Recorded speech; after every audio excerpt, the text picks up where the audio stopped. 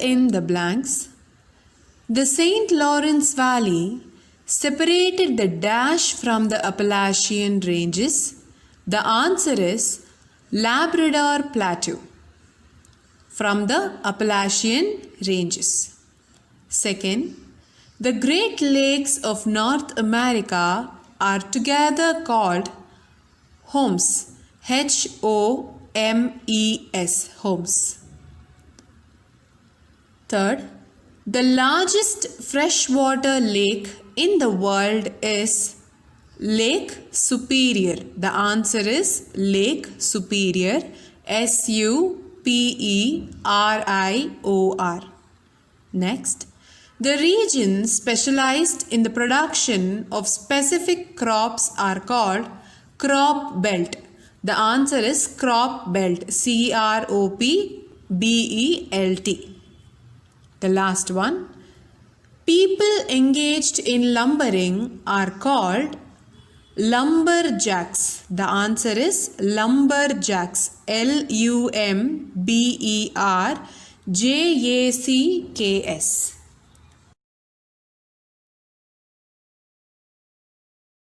Second main. Match the following. Maize. The answer is corn. California, wine country. Cuba, sugar bowl. Prairies, bread basket. Coniferous forest, taiga. I hope it's clear.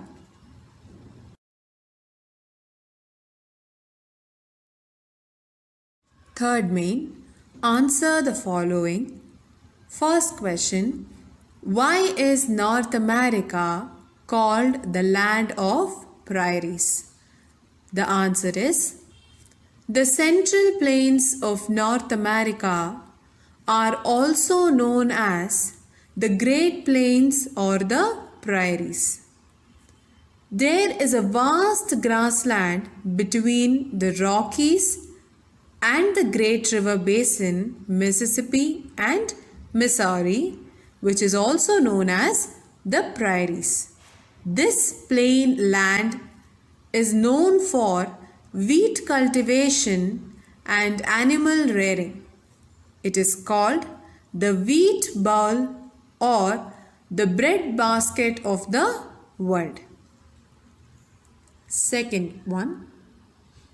Why does North America have a wide range of climate? The answer is, North America has a wide range of climate due to its vast longitudinal extent and varied relief features. Third one, make a list of the Great Lakes in North America. Answer, the Great Lakes of North America are Huron, Ontario, Michigan, Erie, and Superior. So these are the 5 lakes that are together called the HOMES. H-O-M-E-S.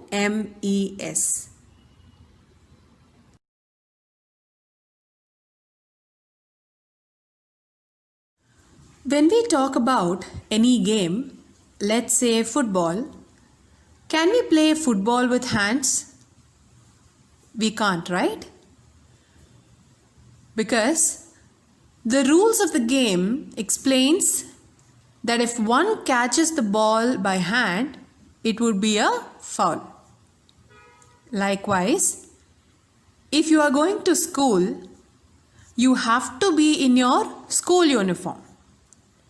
Similarly, if you are writing an exam, you have to answer only those questions that have been asked in the question paper.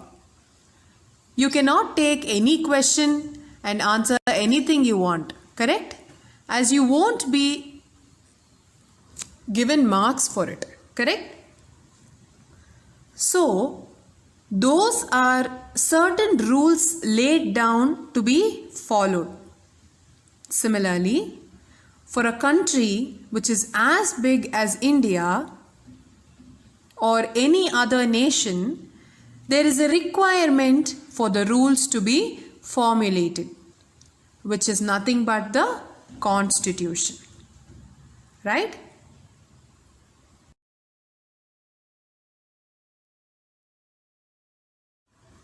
So today, the chapter that we are going to do is our Constitution. And you also have another chapter, Fundamental Rights and Duties. But since only fundamental rights are included in your portion, I have combined fundamental rights with our Constitution itself. So we will be completing our Constitution and fundamental rights today.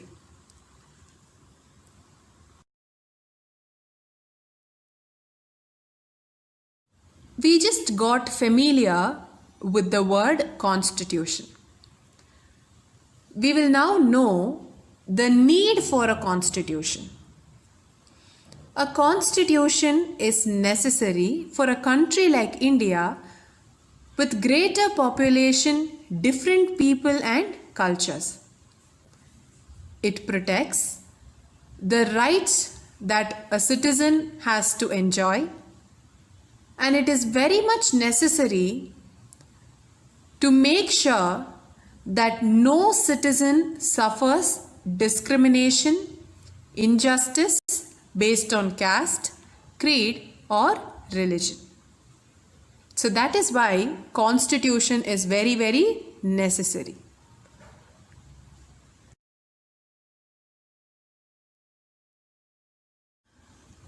We will now learn about the meaning of the Constitution. So Constitution means a set of basic rules followed by a country. Let me repeat that. Constitution means a set of basic rules followed by a country. There is a reference to the rights and duties of the citizens. The Constitution is a reference guide to the government, and no one can violate the Constitution. They are not allowed to violate the Constitution. So, 3 points are very, very important under meaning of the Constitution. First point is a Constitution is a basic set of rules followed by a country. Second point, this is a reference to the rights and duties of the citizens. Third point, the Constitution is a reference guide to the government.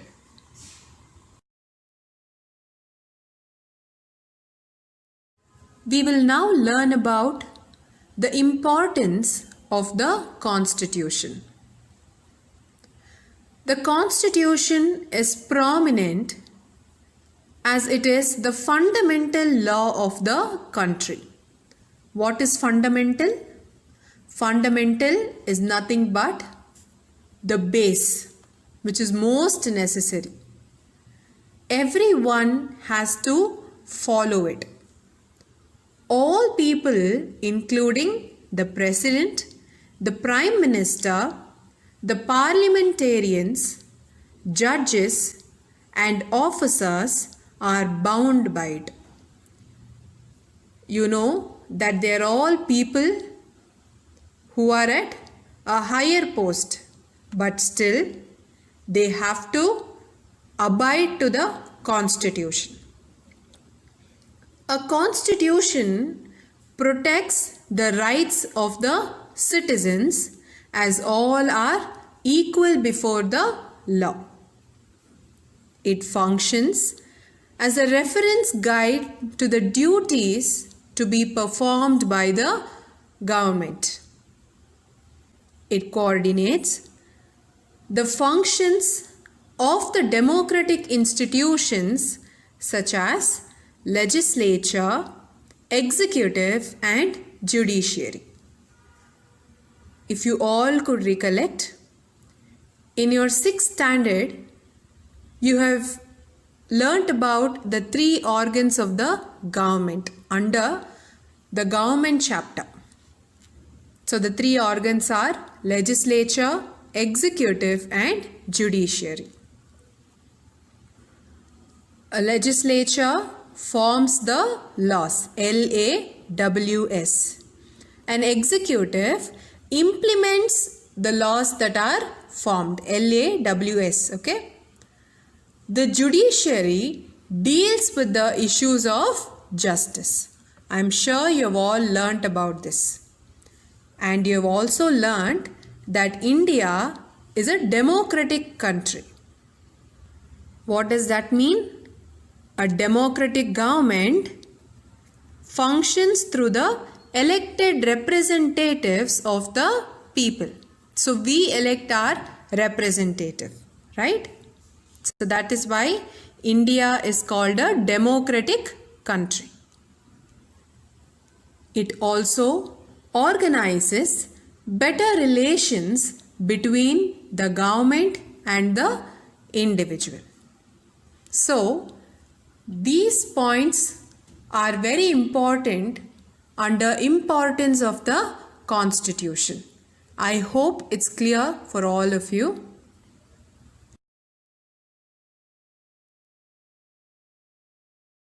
There should be a reason behind drafting a constitution, isn't it? So, there were many British revolts and internal conflicts that arose. Despite that, there was a feeling that we must have certain rules and regulations that must be obeyed by each and every religion, caste and creed. They also wanted to make sure there was no discrimination and injustice. Keeping all these factors in mind, they drafted, that is, designed our Constitution.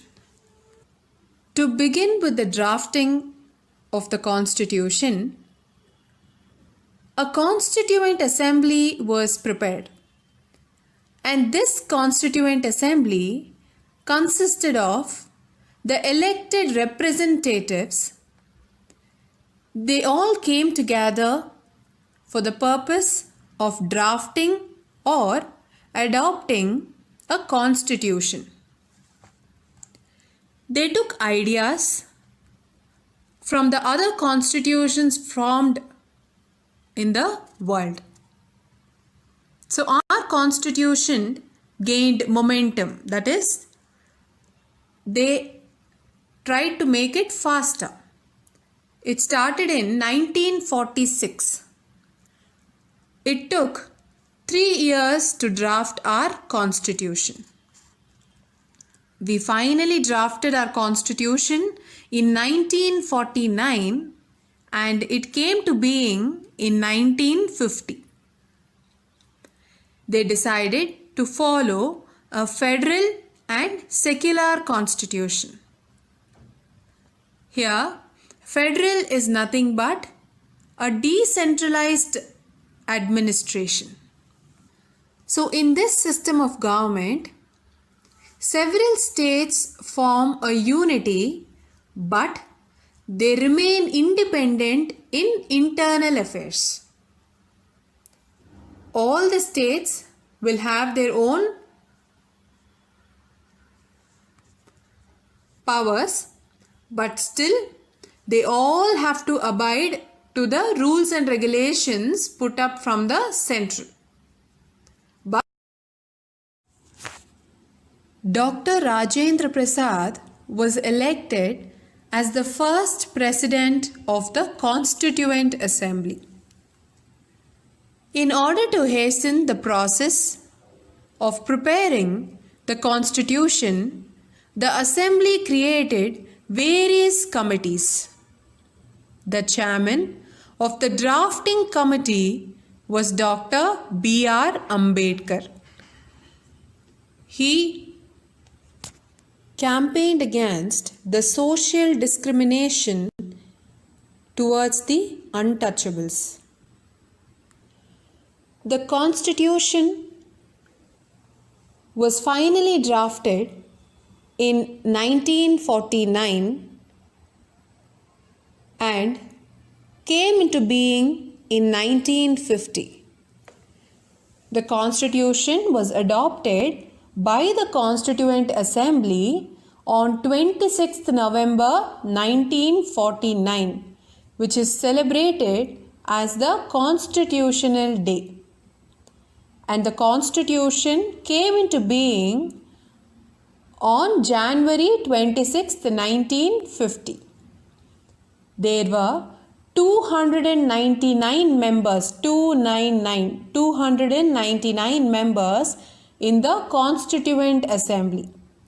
The first session was held on 9th December 1946. So that's when they planned to start designing or drafting the Constitution. So that's when this Constituent Assembly was formed, 9th December 1946. It was finally drafted on 26 November 1949 and came into being from 26th January 1950. I hope this is clear. So last year you have learnt under the Union Legislature, that is the Union Government, State Government and Judiciary chapter. I am sure you have learnt about the Union Legislature. The Union Legislature is called the Parliament. The Parliament of India consists of the President of India and the two houses. I am just repeating this so that you are able to recollect it. So the two houses are the Lok Sabha and the Rajya Sabha. I am sure you remember this. All of this was taught in detail in your 6th standard. So I am just trying to remind you on this. So the sessions of the Parliament are held in the Parliament House at New Delhi. Here, the members of the Parliament discuss on various issues and make laws which are applicable to the whole of India. So when you take Lok Sabha, the Lok Sabha is the lower house of the Parliament. The members of Lok Sabha are directly elected by the citizens who are above the age of 18. And the maximum number of seats in Lok Sabha is 552. Okay? When you take Rajya Sabha, it is the upper house. Lok Sabha, lower house, L and L. Okay? And Rajya Sabha is the upper house. So the maximum number of seats in Rajya Sabha is 250. So under Rajya Sabha, the members are not directly elected by the citizens. 238 members out of 250 are elected by the members of the state assemblies. And the remaining 12 are nominated by the President of India. Okay, so Lok Sabha is the lower house. Members of Lok Sabha are directly elected by the citizens who are above the age of 18. And the maximum number of seats in Lok Sabha is 552. In Rajya Sabha, it is the upper house. Maximum number of seats is 250, out of which 238 are elected by the members of the state assemblies and the remaining 12 are nominated by the President of India. So this Lok Sabha and Rajya Sabha came into force in 1952. The Constitution in India begins with a preamble. Preamble. Preamble.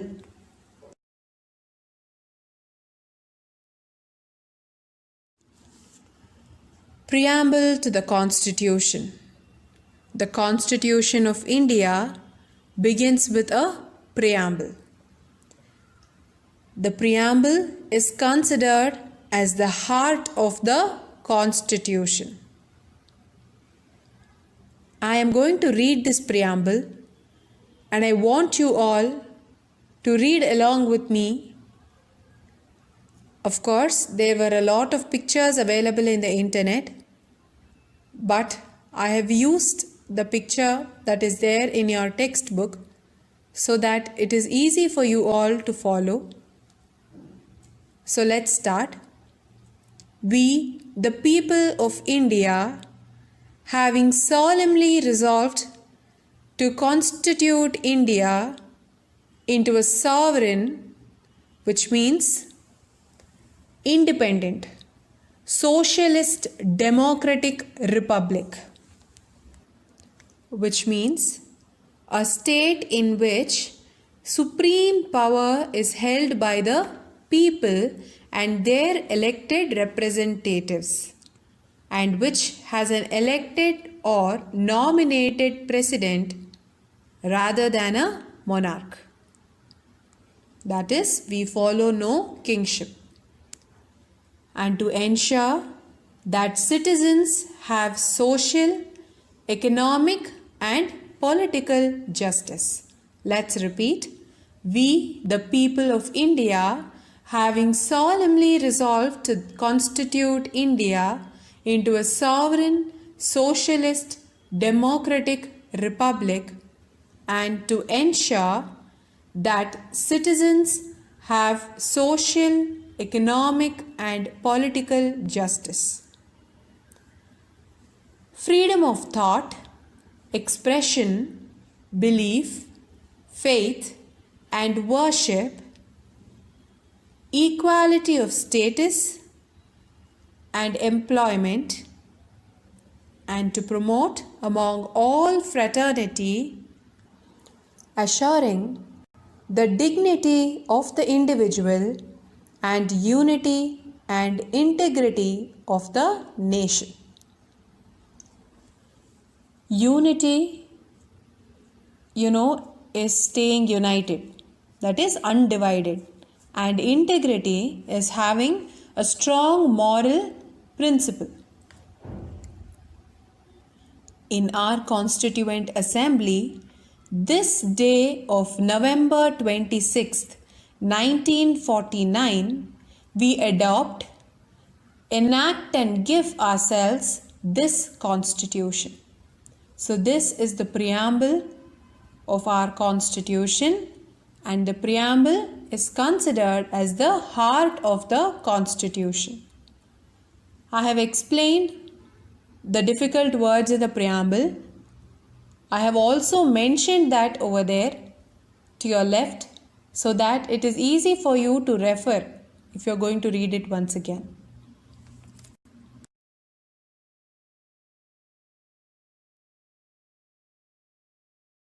We will now know about the salient features of our Constitution. Our Constitution is a written constitution. Second, republic. Third, secularism. Fourth, independent judiciary. Fifth, universal adult franchise. Sixth, election system. Seventh is fundamental rights and duties. We will now learn about each one of this.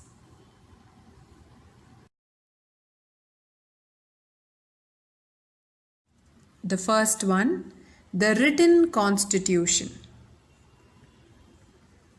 The Indian Constitution is in the written form. This is the lengthiest constitution in the world. The structure, power, and extent of power of the three organs of the government, such as legislature, executive, and judiciary, are explained in this. There is a single constitution both for the central and the state governments. Therefore, the size of the constitution is big.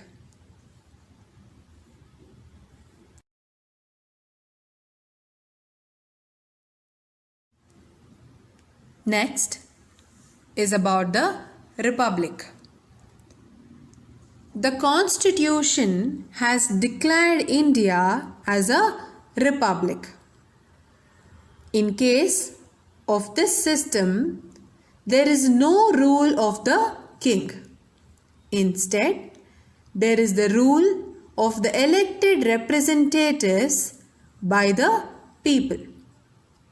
India, which has this kind of political system, is known as the Democratic Republic.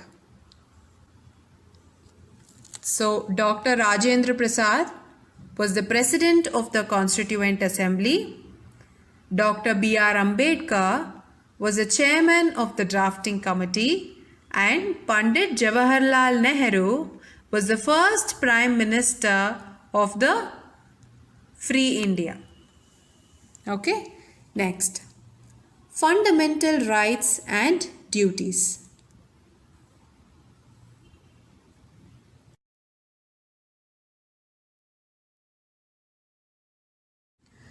Next is about secularism. The Constitution upholds the principle of secularism. The governments are expected to make no discrimination on the basis of religion and are expected to treat all religions equally. The government considers no religion as its religion. Every citizen is at freedom to practice religion of his choice and faith. The government has the authority to control the freedom to practice one's religion in the interest of the public.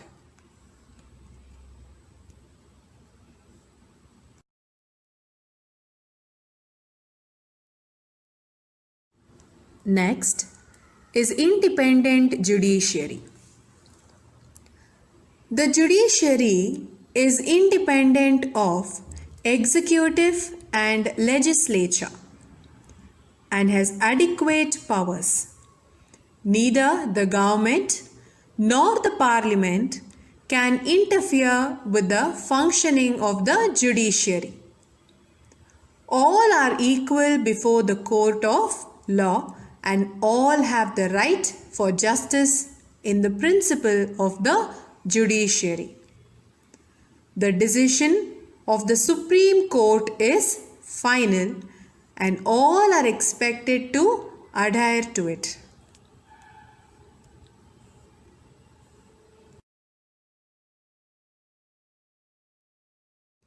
Universal adult franchise.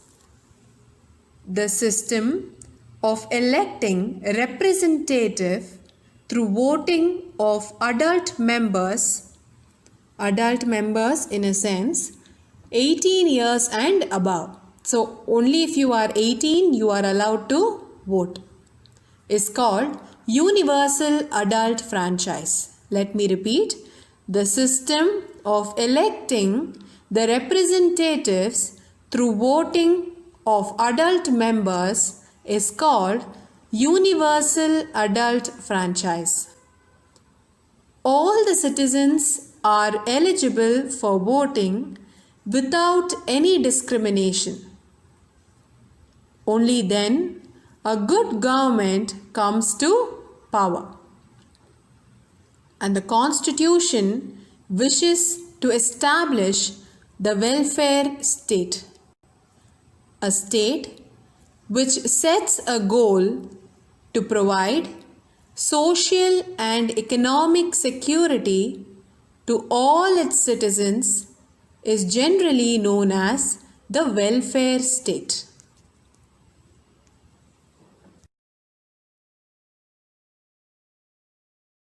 Next is the election system. India is the largest democracy in the world. In the past 6 decades, periodic elections have been conducted, and the system of democracy has been adequately deep-rooted in our country.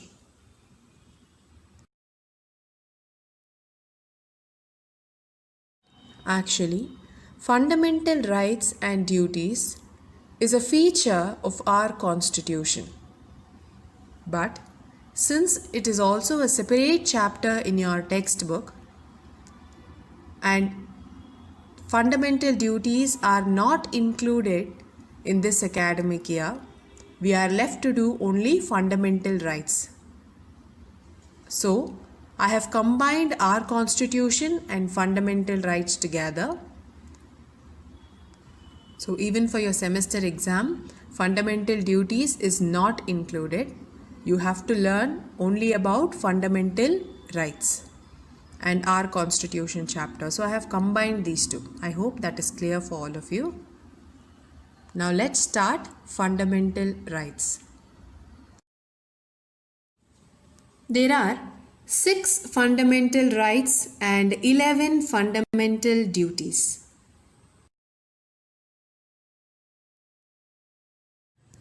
So in this chapter, we will be learning the fundamental rights and duties provided to every citizen for their welfare.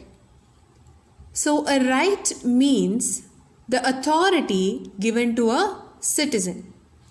It may be natural right, like right to live, right for protection of life. It may be a legally accepted right, like right to equality, right to education, etc. So, for the development of individual and the country, some freedom and rights are inevitable. Hence, our constitution has given some fundamental rights to its citizens.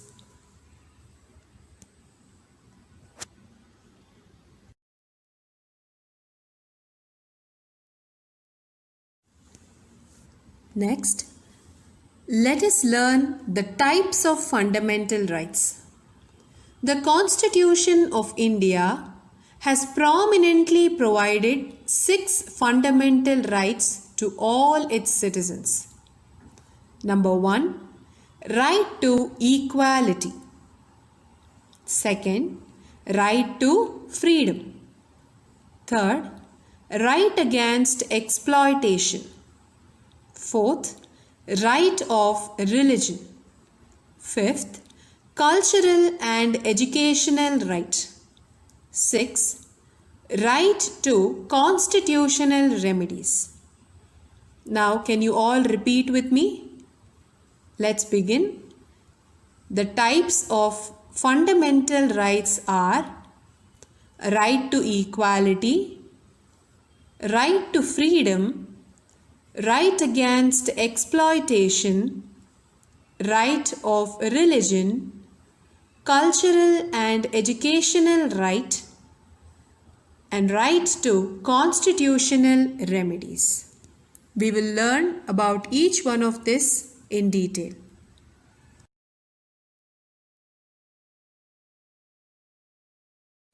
Let's take up the first one, right to equality. Now, all are equal before the law. Nobody is above the law, and all deserve equal protection are the main aspects that are included in right to equality. So what are they? All are equal before the law. Nobody is above the law. All deserve equal protection are the main aspects under right to equality. The government cannot discriminate on the basis of religion, caste, gender, or place of birth. It cannot restrict entry to any place in the nation. It cannot even restrict anyone from using the public properties. All the citizens have the equal opportunity to enter into government services. It cannot forbid anyone from entering holy places and offering prayers.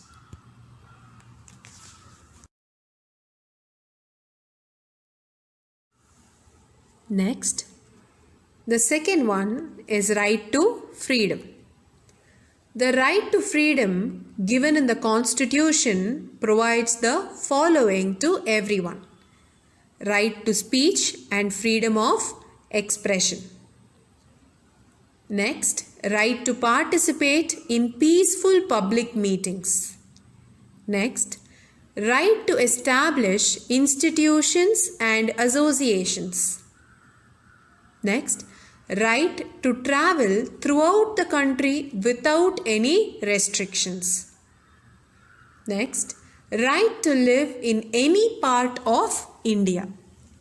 The last is right to take up any employment, business or occupation. So these are the points under right to freedom. Freedom cannot be discharged as one likes, though it is the fundamental right. The Constitution itself states that the government can impose restrictions on the individual freedom on certain occasions. For example, it restricts everyone from defaming someone by uncontrolled words on the pretext of discharging one's freedom of speech.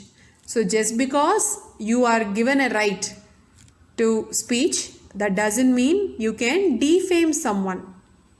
So the government can take action against that, even though it is a fundamental right. Okay? So you have to use your right wisely.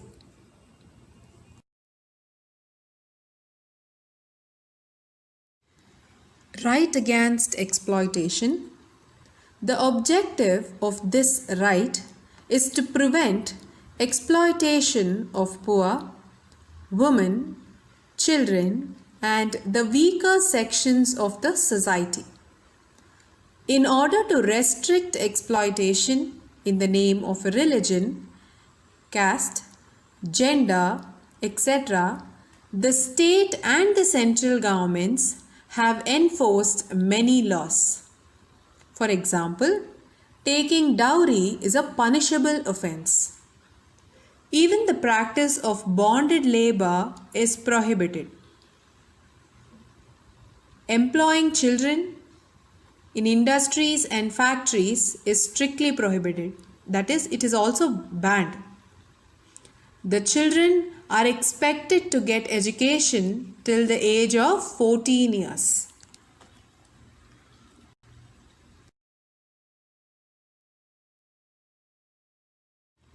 Next, right to freedom of religion.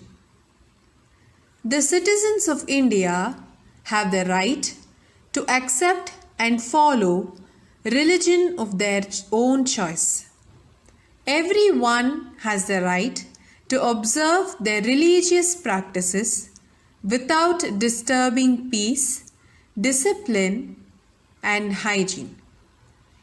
The Constitution also prohibits religious conversion by force.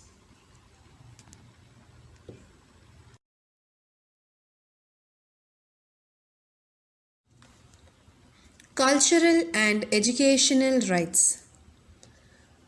This fundamental right protects the cultural and educational interests of the minorities. Who are minorities? A group of people whose practices, race, religion, or other characteristics are lesser in number when compared to the other major groups. So they are the minority groups. People have right to protect their own language, script, or culture. The minorities have the right to establish educational institutions and manage them. The educational institutions of the minorities should adhere to the rules stipulated by the government.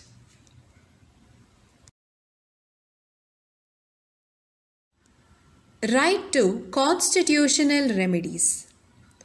A citizen has the right to approach the court of justice in the event of violation of the fundamental rights. This is known as the right to constitutional remedies. Other rights can be protected by way of protecting this right. I repeat, a citizen has the right to approach the court of justice in the event of violation of the fundamental rights. This is known as right to constitutional remedies. Fundamental rights and duties mean they are directly given to its citizens by the Constitution. Any individual, organization or institution such as Parliament, Assembly, Judicial, official groups, police department and other public institutions are restricted from violating them.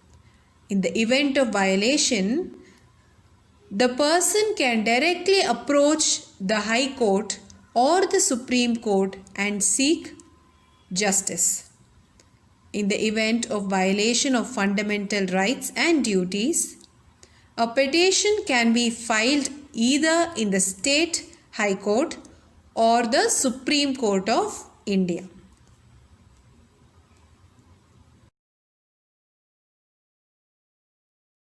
Now let's begin with the important points to remember.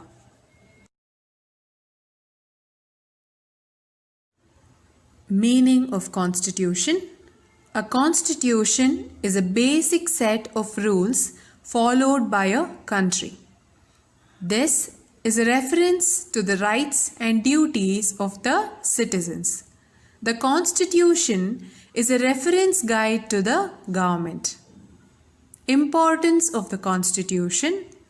All people, including the President, Prime Minister, parliamentarians, judges and officers are bound to it to protect the rights of the citizens as all are equal before law.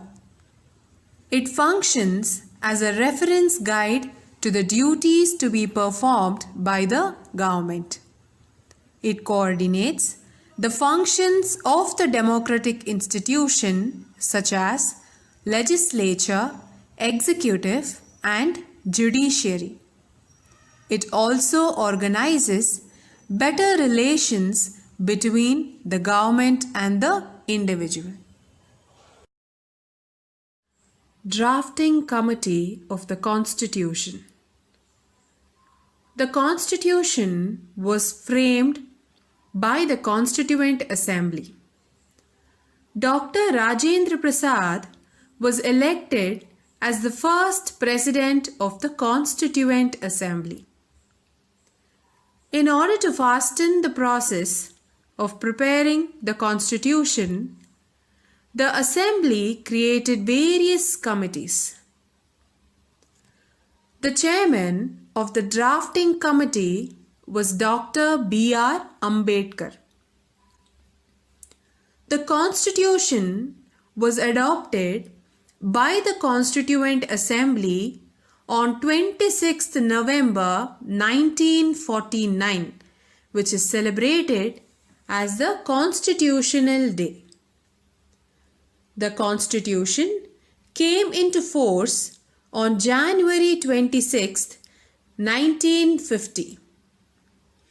There were 299 members in the Constituent Assembly, and the first session was held on 9th December 1946.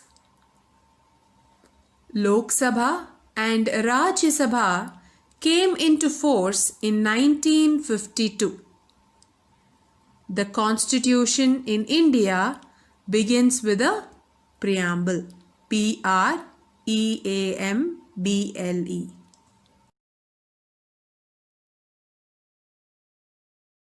Preamble to the Constitution. The Constitution of India begins with a preamble. The preamble is considered as the heart of the Constitution. Next, salient features of our Constitution: written Constitution, republic, secularism, independent judiciary, universal adult franchise, election system, fundamental rights and duties. So these are the salient features of our Constitution. Under that, republic, there is a rule of the elected representatives, hence known as a democratic republic. Next, secularism. Every citizen is at freedom to practice any religion of his choice and faith. Independent judiciary.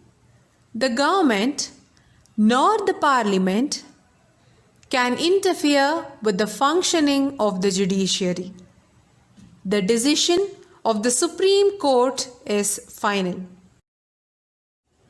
Universal adult franchise. The system of elected representatives through voting of adult members.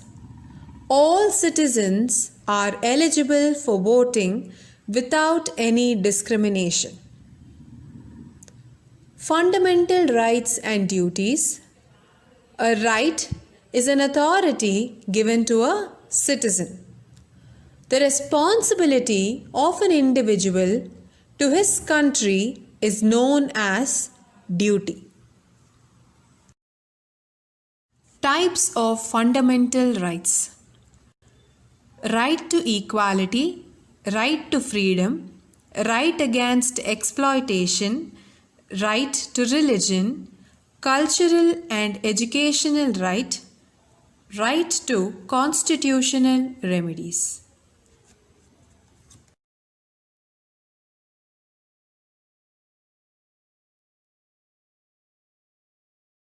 Fill in the blanks.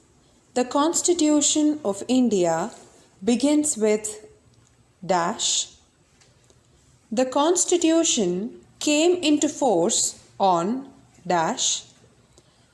All Indian citizens above the age of dash have a right to vote. The first President of India was dash. Children are expected to get education till the age of dash. Employing dash in certain industries such as mining has been banned.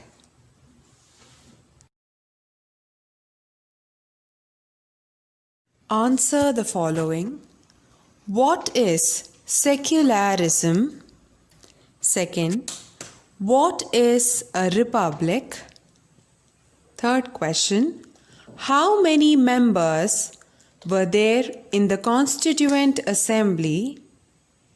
When was the first session held? What is the objective of the right against exploitation?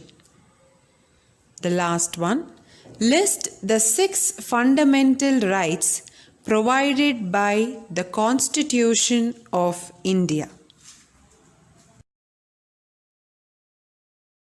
With that, we complete our Constitution and fundamental rights. I hope you all remember